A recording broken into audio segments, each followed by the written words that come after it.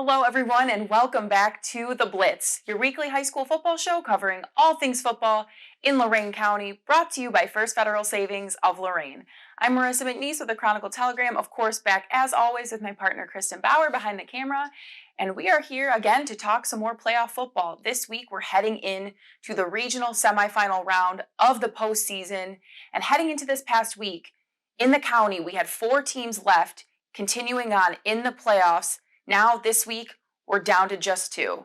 So let's start recapping those teams that saw their playoff run come to an end.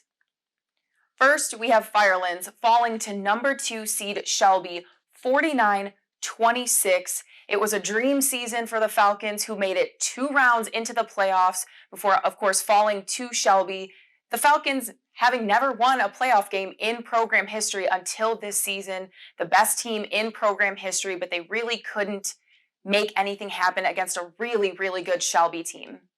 Now, it was a relatively close game in the first half. Caden Bomback hits a 30-yard field goal to make it 14-10 Shelby, keeping the Falcons within 1 score, but Shelby scoring 3 touchdowns within the final 2 minutes of the first half, really breaking the game open. And once that happened, Firelands really struggled to keep pace and couldn't match the big plays that Shelby had. The Falcons had some big plays of their own. They put up 325 yards of offense, but the pass game really struggled. Just 5 of 15 completed passes compared to Shelby, who completed 11 of 13 and put up 544 yards of total offense. Really just a tough matchup for the Falcons. They finished 7-2, but are going to continue regular season play. They have a game scheduled with rival Vermilion coming up this week. Always a heated, fun rivalry game. So again, Firelands 7-2, falling to Shelby 49-26.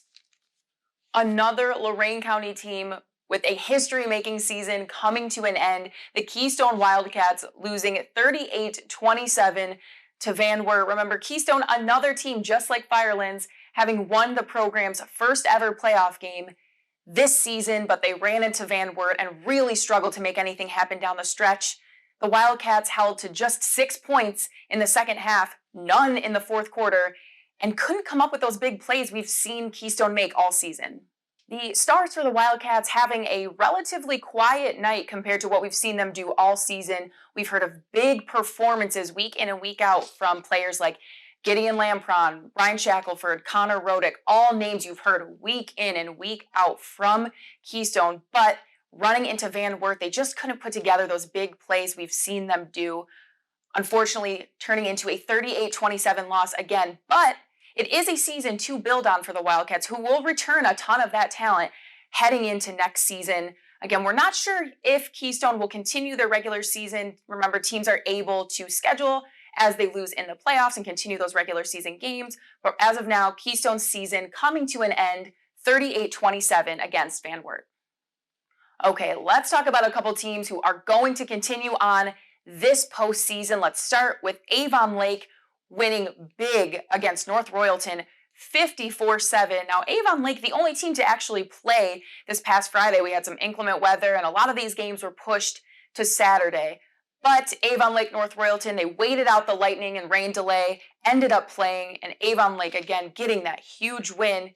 You'll remember, North Royalton has spoiled a couple team seasons through the postseason, beating Amherst in triple overtime and then turning around to beat Olmsted Falls in double overtime the next week. But Avon Lake not going to let that happen to them. The first play of the game, quarterback Michael Corbo drops back for a 46-yard pass to Jared Kurkowski, dives over the goal line, makes the score, and it was just the first of 7 touchdowns for the Shoremen against North Royalton.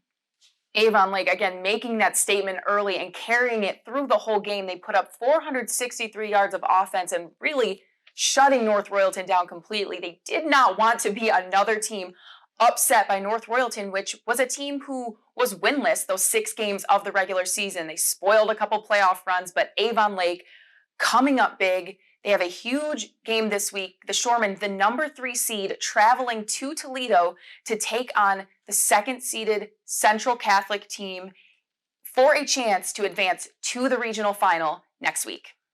Finally, taking the field for their first playoff game this season, the number 1 seed Avon Eagles taking on Medina Highland, winning 35-14 in sort of a strange set of circumstances for the Eagles. They had that first round bye, but then scheduled to face North Olmsted in the second round of the playoffs. If you'll remember, North Olmsted having to forfeit the rest of their season due to several COVID-19 positive tests. So they scheduled a regular season game against Perrysburg last week, Avon, getting that out of the way, and now finally winning a postseason game against Medina Highland.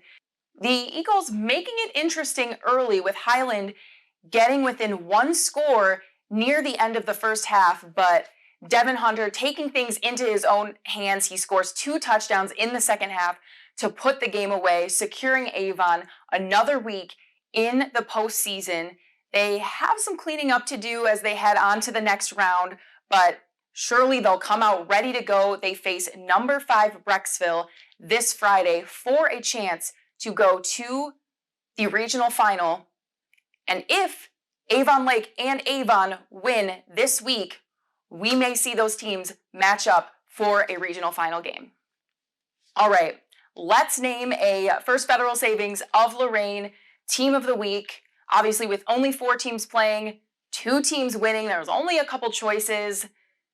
Really, you could pick either, but this week we are going to go with the Avon Lake Shoremen as our First Federal Savings of Lorain Team of the Week, winning big 54-7 against North Royalton. Like we said, North Royalton, not an easy out. It's a team who had won triple and double overtime games against 2 other very good SWC teams. So Avon Lake making a statement this week, heading into what is their biggest game of the season against Toledo Central Catholic. So for that, we had to go with Avon Lake as our First Federal Savings of Lorain Team of the Week. Okay, some big games this Friday, and you can catch them all on WEOL or WEOL.com. Friday on the radio and Stream 1, we have, again, Avon Lake at Toledo Central Catholic. Big game this week, number 3 versus number 2. It's a game you'll want to tune into. On Stream 2, WEOL.com, we have Brecksville at Avon. And for our Medina County matchup on Stream 3, we have Medina at Menor. Medina, if you're not following the Bees, you should be picking up wins over St. Edward and St. Ignatius to make it to this regional semifinal round of the playoffs, where they will take on state power Menor. It'll be a great game, and you can catch all of the action on WEOL and WEOL.com. That'll do it for us this week on The Blitz. 2 Lorain County teams left in these 2020 high school football playoffs. Avon Lake and Avon both with huge games this week. You can catch all the coverage on WEOL. Stick with us at the Chronicle. Find recaps at chroniclet.com. Follow all your favorite Chronicle Telegram reporters on Twitter. You can catch me there at MarissaNM. We will have all your football coverage this week. And until then, we'll see you next time.